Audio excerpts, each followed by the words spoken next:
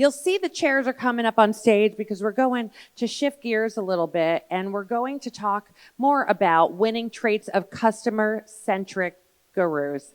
And there's clearly a connection between messaging and customers, and which customers react to which messages. And we're going to speak to experts here on the panel that's going to give you a little insight to exactly what's working, what's not working, and really just hearing them and understanding customer needs is really how these panelists are going to share their secrets of how winning hearts and wallets is effective for the big business. Now, as we get the chairs ready, they bring up the tables, and I'll start bringing everybody up. In the meantime, I want to see from a show of hands, has anyone read any body language books?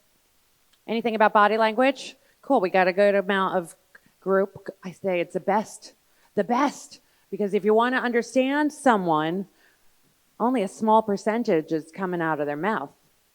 Right? I got a lot of, yep, cool. I'm preaching to the choir here. I want to give you new information, so I'm going to keep on moving and bring the experts out to share. So please put your hands together after I call everybody up. I'm going to invite moderator of this next session, Shantanu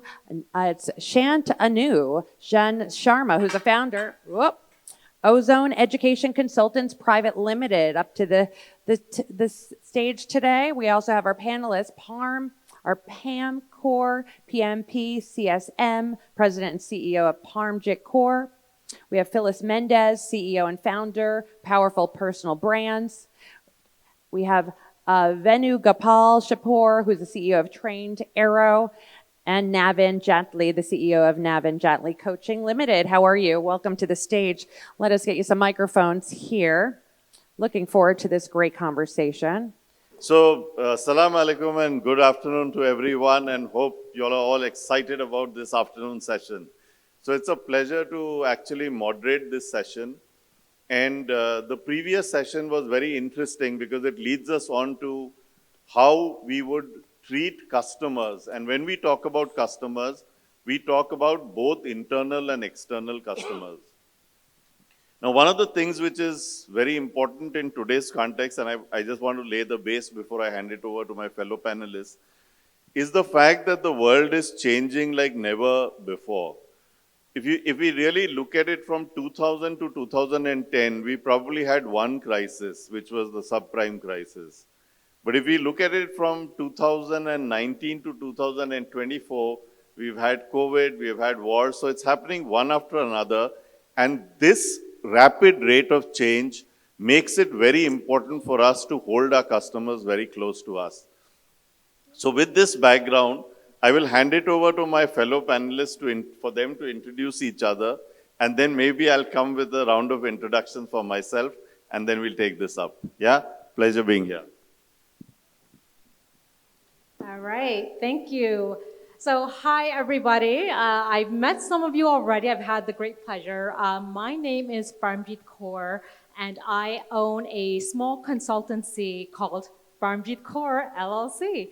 And in my business, I help organizations revive themselves with CPR. So CPR, if you're familiar with the acronym, usually that means to give somebody life, give somebody breath. In the context of my company, CPR stands for communication, specifically effective communication, project management, and resiliency. I also have a humble podcast called Your Life Projectized, which again is centered around those same topics. I'm originally from New Jersey, the great state of New Jersey in the United States. I now live in Las Vegas as my poker chip. If any of you have seen it, I will tell you. Very nice to meet you guys. Hi everyone, my name is Phyllis Mendez. It's an honor to be here in this space that brings together business owners and entrepreneurs from around the world. I live in Miami and now in Dubai in the same time because I love this place. I am an expert in creating a personal brand. Tomorrow we will speak more about that. Tomorrow my stage is 10:30 around. So I will wait for you here. So I have more than 2,800 clients around the world. I dedicate these last three years to grow people in not only in business, The most important thing for me is a personal transformation, but also they can grow their business sign when they start to work in there. So also I am author of 2 books of personal branding. One of my book, one which was with Kevin Harrington. I don't know if you know him. He's very famous because he was the original shark from the TV show Shark Tank. So for me, of course, you are here for grow your business, but remember that first of all, for grow a business, you need have amazing customer service for your clients. In my case, my business grow only with recommendation. Before I start to do social media, but before for me no was important because always for me the recommendation was the best. And if you want only have clients in your life, you need bring love to them. Love is the most important piece in the world for every reason. I am so happy to be here. Thank you so much. Hello, everyone. Good afternoon. My name is Venugopal Chepur. I come from the US and I am a founder and CEO of a growth strategy consulting firm. We help Fortune 50 companies, 500 companies, and some of the family-owned businesses. And also recently I've started mentoring startups as well. Now, I've been advising quite a few companies on customer centricity. In fact, customer centricity happens to be a part of the digital transformation that we take up. And I've been very fortunate to have been assigned and commissioned to really lead a research endeavor coming with the 25 ninjas, I always call them ninjas, from top management consulting companies across the globe. It's a Fortune 50 company commissioned me to do the research for digital transformation, what it really takes for being digital. I was so fortunate, I ended up authoring 17 digital standards. So I take a quick analogy, don't want to take too much time. For example, this kind of a hotel, 5-star hotel, they have 165 stipulations to comply with to be certified and do the business as a 5-star. Where in digital space, you don't have any such. So what it really takes, everybody can claim being digital. So this is the kind of a commandments and the standards for being digital. That's where I started the journey. And then eventually building up what I call as customer-centric business design, which is not, I call it CCBD, which is, I didn't patent obviously, there's nothing rocket science out there, but it's a kind of a structural framework for any company. It could be a startup, it could be a Fortune 50 company. We can take that kind of framework and build customer centricity into the business. And that's what I did. And I helped quite a few organizations and businesses across the globe. So this is what I have. That's the reason why I'm choosing this very interesting topic of customer centricity, because it makes the company robust enough to face the disruptions no matter what. The customer base will be intact and they begin to love you, fall in love with you, patronize. So this is what I champion, I work and help companies with. So this is a brief introduction. Thank you so much. Hi everyone, so I'm Navin Jaitley. I'm the CEO and founder of Navin Jaitley Coaching. Navin, just put it a little away. I think there's an echo. Oh, there's an echo there. Yes, so what we do is we work with companies to do business growth. But there's 3 pillars around that. So we are big believers in developing the communication skills of teams and leaders, the business development, because without business development, a company doesn't grow.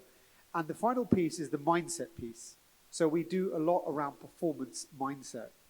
And this really comes from my own journey, because I will be talking about this in my talk on day 3. But I started off my career in business development and sales, and I wasn't high performing. And what really changed it for me was going through coaches, mindset and business development coaches, which were game changers for me and personally took me into the top 1 or 2%. So when I founded my company, I never forgot those lessons I learned, which is how do you get high performance and how do you grow a business? And really came down to those three areas. So I've authored 2 books. I've written one alongside Dr. John D. Martini. Some of you may or may not have heard of him, but he does a lot around values-based work around the world. And I will be doing a talk on day 3, which is about how to get the best out of your talent development programs. Because what I really believe in as a leader is what was spoken about before, is the number one resource we have is our people. And I think a lot of people pay lip service to that, but it's like the last lady, Stefania, was talking about, are we actually doing enough to develop them? So very happy to be part of this panel discussion because I want to talk about it from a customer-centric point of view and how do you make the customers the center of everything. So looking forward to it. Thank you, everyone. So my name is Shantanu Sen Sharma. I live out of India and I work with clients to make them more customer-centric. One of the areas where I firmly believe and work in is to ensure that business growth is not just the domain of the salespeople and everyone has to contribute to that business growth. Now, an interesting thing is that if you go around the table and ask anyone, is your organization customer-centric? I think 99% of yes will say yes. There will be barely a soul who will say, no, we are not customer-centric. Yeah, that's not us, right? Now, I think one of the things which we want to do in this panel discussion is to dismantle what customer centricity actually means and then go on to some of the structures which make an organization customer centric and some of the behavioral aspects which will make us more customer centric. So my first question actually will be maybe, Phyllis, you can take this up, is when you look at customer centric gurus, right? What are the keys which are there in these customer-centric gurus? Which kind of differentiates them from outside?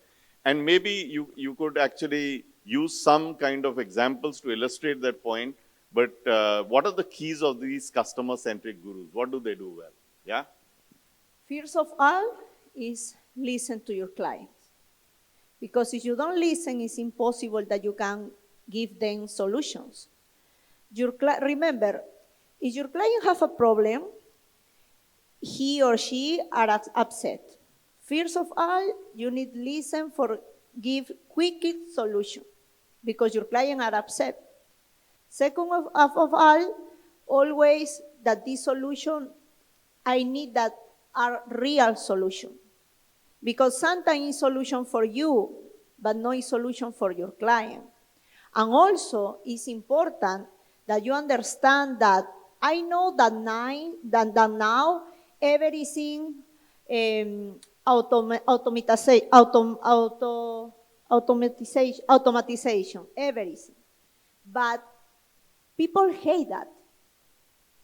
If you have a high value clients, they hate that. You need invest in your collaborators, in your employees, and you need to do that, have a customized customer service for each of your clients. In my case, I have a different package, for example, but I have always have big business owners. And for example, for there, I have people focusing there 24 hours because maybe they need something. It's like, and no matter the hours because my business is around the world. So maybe in Dubai is night, in Miami is day, you know. But for my client, that no matter that. No, it's the problem of my clients. It's my problem. So, and I give them solutions. Remember, the two most important things for people is money and time. Always. If you find good solutions for provider that they spend less time and money, they will be happy with you. And if you have one client happy, they attract 10 clients more. Maybe you start to work only for money, and it's okay. But for me, business is the base of business, no is think in me like owner of this business. For me, do real business is think more in my people. My people is my customers and my clients and my collaborators. you need to find the real solution for all people that are connected to your environment in your company. And also, always, you need to think in give more that your client pay you. For example, one of my clients are very busy. I create his personal brand because I am expert in that. So he now is the insurance guru in USA. He is very busy, but he was a period that he don't take really my service. O sea, it's like he pay me and the service was for 6 months, but he only used 3 months. And after the contract finished. In that moment, other business owner say, okay, the contract is finished, you pay me, that's it. But I see that my client don't use the service. And for me, the most important thing is that my client use the service because after they can try it and after they can recommend my service with other.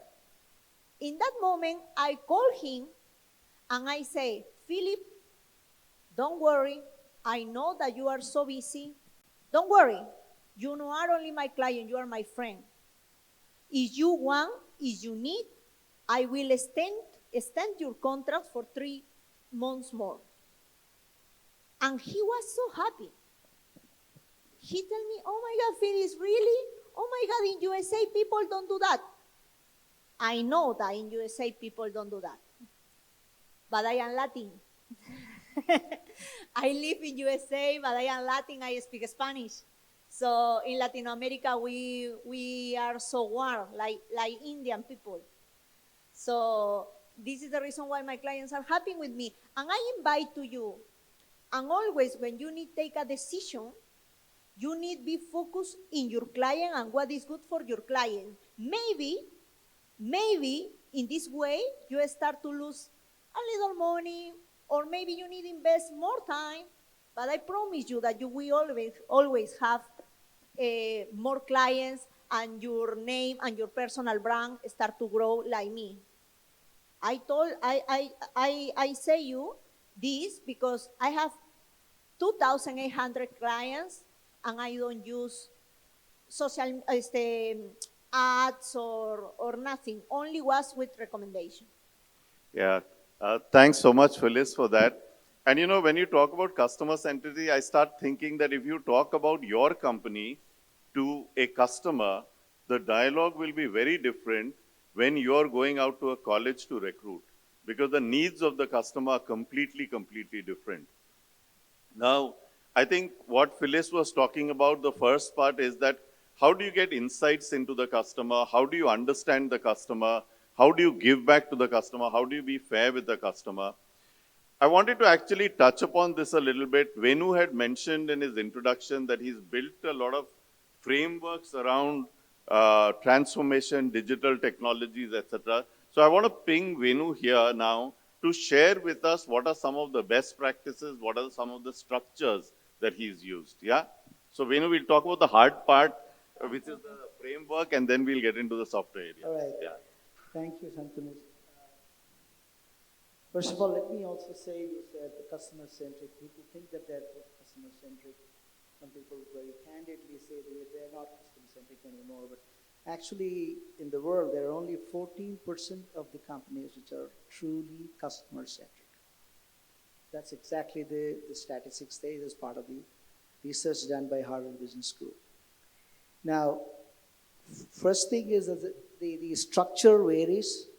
Although what I built is a business agnostic framework, which we can take either whether it's a $90 billion company, which I built one for, which is an insurance company. After the framework has been developed and implemented, all the pivoting has been done. Believe me, there were 1 million new customers added to the business. 1 million. This is true. Anyway, coming back to the structure, more than the structures, it pushes a company to really think more about their own business. A lot of companies, in fact, including Fortune 50, Fortune 500 companies, the leadership, when I discuss with them, they don't know they know their business, but they are quite mistaken about their business. Misplaced notions. So we got to go back to the drawing board, first of all, because this is a socio-economic prescription. Because geographically it is going to vary. What works in the US will not work in London or Dubai, elsewhere. It's completely new, as you said, for a college customer is a new customer, a different customer, as opposed to a businessman, a B2B space. So that is, first of all, we have to accept that this is the prescription that is going to push us to really look at fundamentally who we are, what business we are in, number one. Number two, a lot of companies do not know who their customers are. Very surprising aspect of it. People don't probably stand up and question me as well. But the fact is they don't know their customers. It's all over the place, vague, ambiguity surrounding it. So it is definitely one aspect of it. They've got in the part of the preparation. They have to go back again and ask who is our customer. And for example, a conglomerate has a retail chain and a bank and a finance company or insurance company. They are different customer bases, so that can be that is quite understandable. But that is for every business there is a standard definition of who their customers are. That has to be answered before you really get into this act. I have conducted several workshops for this alone. And number three, build the channels where your customers are coming in from. All the nodes, all the touch points. What happens at that particular touch point? What is their mindset? How they think? Let me give you an example. If you're booking an airline, if you want to fly down to London, you see the price is very low, very attractive, but you're not sure about the date that you want to fly, but you like the price. What is the next thing can you do? You have to think broad, create several options around the customer.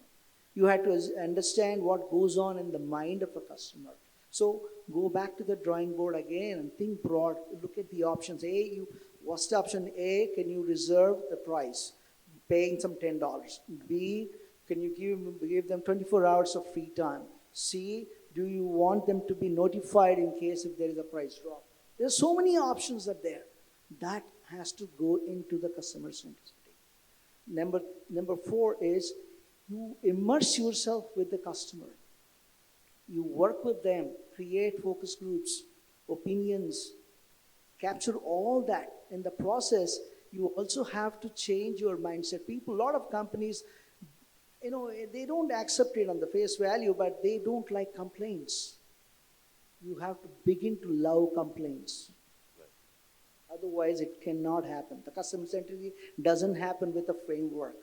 I do have the framework, but you have to be prepared for it, something like that. And lastly, the customers, when you really talk about why do you do all this customer centricity, you want to really increase the intimacy. All right, you increase the intimacy, enhance that. But where is that? Where are you really operationalizing all this on a daily basis and on a cultural basis? You have to operationalize the empathy.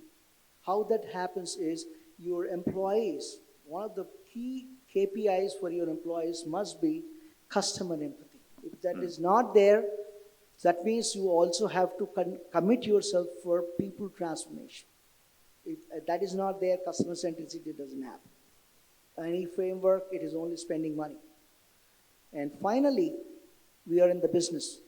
So we have to definitely reality check is it all happening towards the customer equity going forward? How many people are patronizing us? What kind of a value, customer value? If somebody has actually become a customer today, for the next 3 years, next 5 years, how is he going to patronize us? What kind of a customer value, lifetime value of that? If you don't have these things, the customer centricity framework is going to be there, of course, but the real values and results are hard to come by. Absolutely awesome, Venu. So one of the things which is coming out from what you said is that having this empathy towards the customer. And I think in the initial part, you alluded to not only understanding what the customer wants, but you also said sometimes the customer doesn't know where his business is going. When we were chatting with Naveen, he was speaking about tactical empathy, and I think one of his books talks a little bit about it. So when we come to understanding people and creating that whole customer fervor within the organization, Naveen, could you just elaborate on what is this tactical empathy and how do you bring that on? And then I'll get into other softer aspects. For example, Param talked a lot about collaboration when we are having discussions internally. So go ahead, Naveen. Sure. All yours. Yes, so I think this is actually fitting in very nicely because the last speaker spoke a lot about empathy as well. So, look, empathy has a few different definitions, but ultimately, what is empathy? Empathy is understanding the other person. And sometimes we shouldn't confuse it with sympathy. Because sympathy is when you feel sorry for someone, empathy is when you understand them. You might not even agree with them. So with tactical empathy, it's about really getting to understand your customers. I mean, really living in their world and putting yourself in their shoes. And the last speaker spoke about understanding your team, and as leaders, becoming much more empathetic with your team, absolutely vital. What about becoming very empathetic with your customers as well? So when empathy comes in many forms, and that means understanding what your customers' needs are, their wants are, their desires are, but also understanding the pulse on the market. So I'll give you an example. Back in 2000, there was I don't know if any of you remember this, but it was a company called Blockbuster Video. Yeah. Right? Blockbuster Video were the market leader at their time. And they had an opportunity to acquire Netflix. And the CEO, he put it down as, no, this is not what the market need. It's very niche. It's never going to go anywhere. What that was a classic example of, well, we know what happened. Blockbuster Video tanked, and we know where Netflix is now. That's an example of a company not being empathetic with its market, assuming it knows all the answers, not understanding the pulse, not understanding what customers really need and want at that time. And there are countless other examples a lot like that. So one of the things that we do is when we are working with clients, we say, how well do you know your customers? And I think I'll give you an example that will really bring this to light. One of the companies we work with are a consulting firm who, before they were working with us, they were struggling to get in new business. So when we looked at what they were doing, everything they were doing is based on them.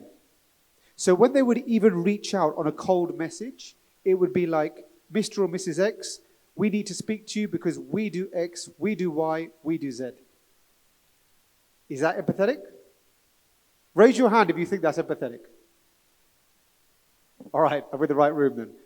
Because you're not understanding the customer. So we said, rather than put it from your perspective, find out about what the customer's world is and send your messages based around that. So when they changed their messaging, which was more Mr. or Mrs. X, we understand this is what's happening in your world, this is what's happening in your market, this is what you're trying to achieve, let's have a talk. That's a much more empathetic way of going after business. So when we talk about customer centricity, it really is, and I think a lot of people pay lip service to this, but do you really understand your customer? Right? Apple are a great example of a customer-centric brand and a great example of using empathy. In fact, they have empathy training for their staff because they are not just about the stats and the numbers. One of the reasons they grew so fast is because they also wanted to make sure that from a human perspective, their staff were understanding their customers' needs. So with tactical empathy, one of the things we talk about, a very good book to read around this actually is by a guy called Chris Voss, Never Split the Difference. He was an ex-FBI agent, and he had to negotiate with terrorists, with kidnappers, some of the worst people around. And what he always said is, when we used empathy and they felt that we understood them, we won the negotiation. When we came from our angle, in their case, it would mean even some people would die. Yeah. Right? So when we talk about tactical empathy, we really talk about you must put yourself in your customer's shoes. And the frameworks that Venu spoke about, it's about then adding that to the human touch and asking the right questions, not assuming everything, and getting that perspective from your customer to make sure you grow your business by becoming customer-centric. Awesome. Naveen, thanks so much. And, I was on a call in the morning with a customer, and he said that we are 3 or 4 layers away from the customer. How do we get ourselves to collaborate with the sales team and become more customer-centric? So one of the issues which I'm going to talk to Paramjeet about, and she's been speaking about it since we have got on calls and things like that, her organization does a lot of stuff around it, that how do you collaborate to create a delightful customer experience? So Paramjeet, if you can just talk us through that, that will be wonderful. Sure, absolutely. So collaboration has to be twofold. Not only do you have to collaborate internally with the stakeholders in your organization, so a stakeholder would be anyone who has a vested interest in the project or in the product that you are creating for the customer. So let's say you are on a project team. You are a stakeholder, and everyone on your project team is a stakeholder. Ensuring that you collaborate with your project team and get buy-in from each individual on that project team and really ensure that they understand what is the purpose of this project, what is the purpose of this product, but then also collaborating with the client. Oftentimes I see, I love the word innovate or innovation, and all of us innovate. But the problem is, oftentimes, the client isn't always involved in that innovation or building that innovation or building that product. So creating a feedback loop so that the customer can give you feedback on the product. And based on that feedback, again, going back to your team and saying, okay, this is what the client has said. Now, what iterations do we need to do, or what changes do we need to make to this product to appeal to the customer? And then once that change has been implemented, again, going back to that customer, letting that customer test that product, and ensuring that it is satisfactory. I use this example a lot. So how many of us, and I know I'm going to get a lot of hand raises, how many of us here know Amazon, right? I think like everybody here knows Amazon, right? So I'm sure you guys have heard of Alcoholics Anonymous. I know we have that in the US. I feel like I should be part of Amazonians Anonymous because that's how often I order from Amazon. And why? One of the reasons Amazon has reached the level of success that it has is because it listened to its customers. I think Phyllis touched on it. What do customers want? They want an easy way to order products. They want something that's quick, right? We live in a very fast-paced world where time is of the essence. And so what did Amazon do? Amazon gave us a marketplace where, I'll use myself as an example. Before I was coming to Dubai, I needed a converter for my electronics because I knew I was going to be in Asia, and then after this, I'm leaving to go to Europe. So I went on Amazon, and I found a converter. And so it gave me several options from several different companies, and the next day, I had the converter. If I had gone to a local store, so here's a few issues. That's time, right? Time that I didn't have because my Dubai trip was coming up. What if they didn't have the converter in stock? What if they had a converter in stock, but what if it was out of my price range? So what Amazon did is Amazon recognized that these are some of the concerns that a lot of customers have. And so Amazon grew its market to address these concerns. And obviously that is why we see, I think Jeff Bezos, like him, hate him, I think he is brilliant because he really was customer-centric. So. Awesome, Param. And let me ask a question back to the audience. If you really look at your company presentations, how much of the presentation is about this is who we are, this is what we do, these are our locations, these are the kind of things that these are our employees and stuff like that.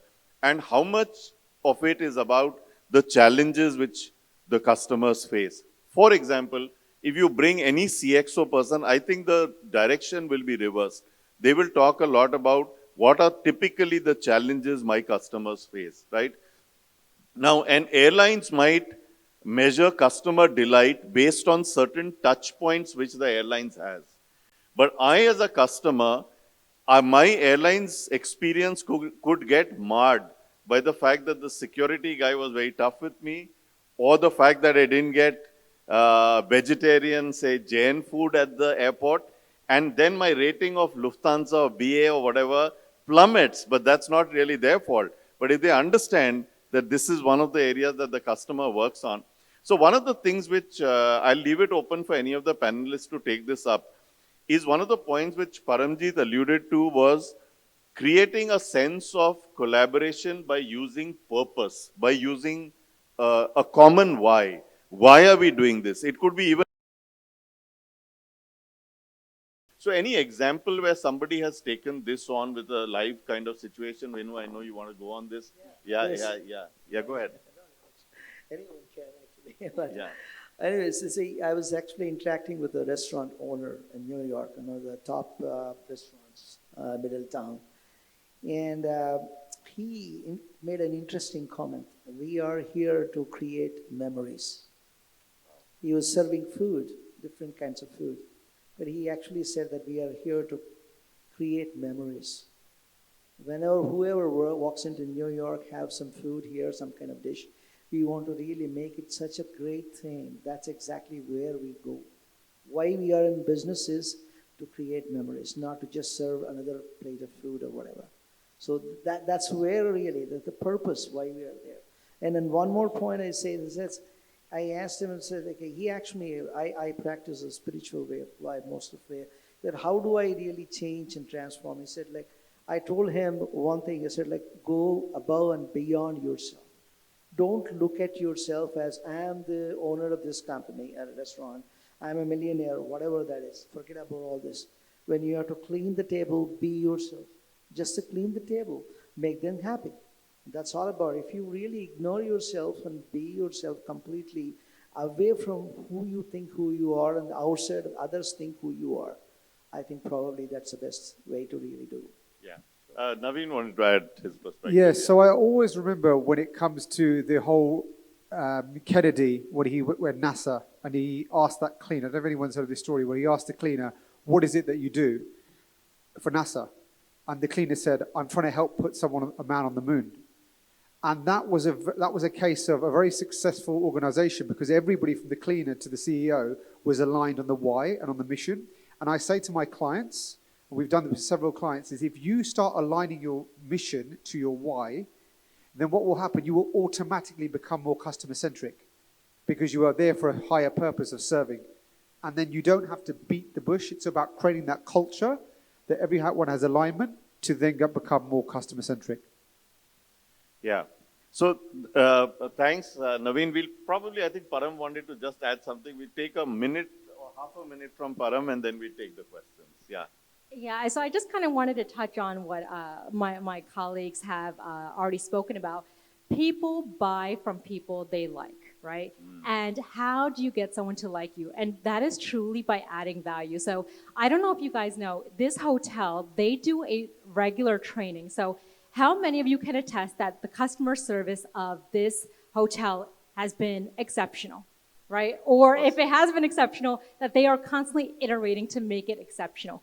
I have had great experiences here, and I spoke to one of the gentlemen, and I complimented him. I said, you guys have provided such great customer service. And he said, actually, ma'am, we get trained on a regular basis to provide excellent customer service. So the day that I got here to Dubai, I was starving. I got here late at night. All the restaurants were closed. I went to the HH bar. I'm forgetting what it's called now. But anyway, there was no food available. And the waitress said to me, ma'am, you're really hungry, huh? And I said, yeah. I said, I am. I said, I haven't eaten anything. This sweet girl, she went and got me nuts. She got me cookies from the bar. She got me a piece of bread. And she said to me, ma'am, I understand because I've been hungry before.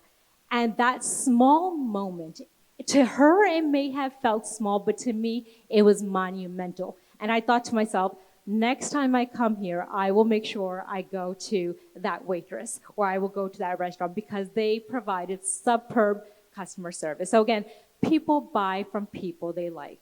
And so being customer-centric is truly crucial. Lovely.